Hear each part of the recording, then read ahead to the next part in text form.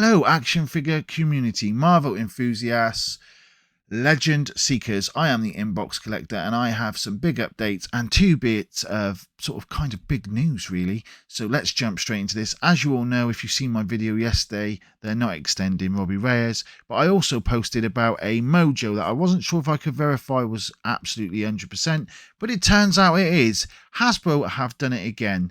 So they have released Mojo as a single figure, which is actually a good thing, but it's the whole way in which it's being done, and I'll get into this now. So let's go back to when they released that big box, TV box with the remote control.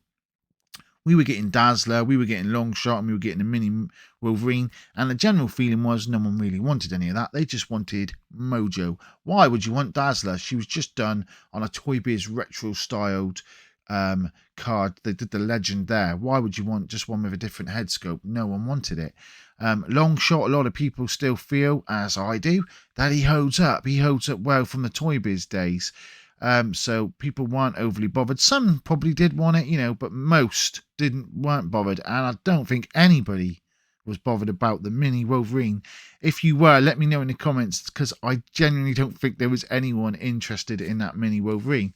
Anyhow, they never said at that time there would be a separate Mojo. So my suspicion is, because it's still up for pre-order here in the UK, you can just pre-order it. I don't think many went in for it. And the ones that were going in for it didn't necessarily want those extra figures and that Wolverine. Let's break the cost down as well. I'll go by the US site.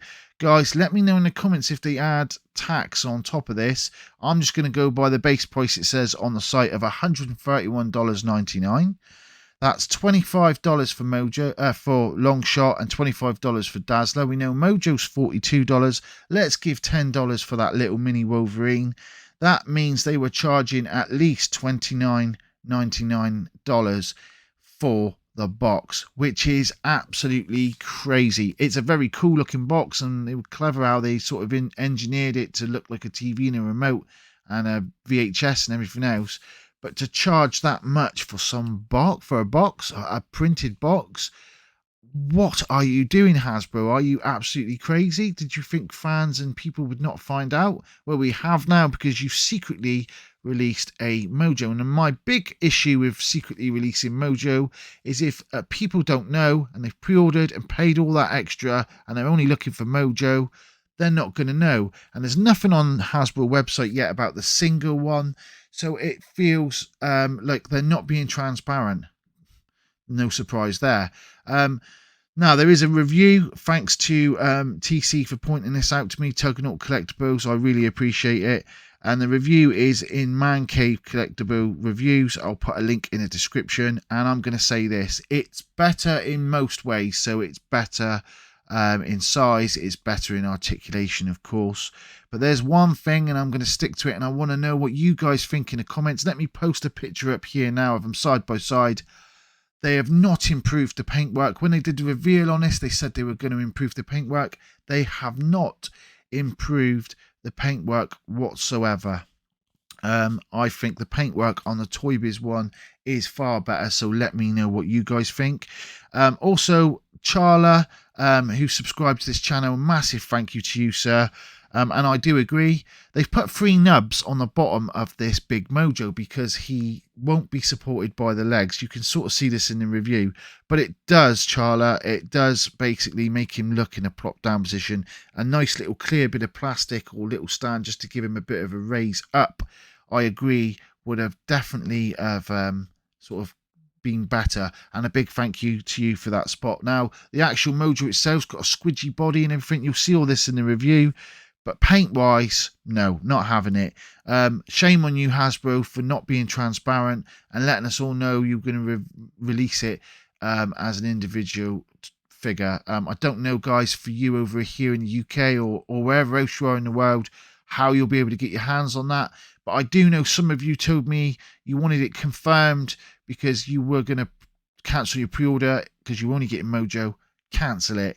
Cancel it.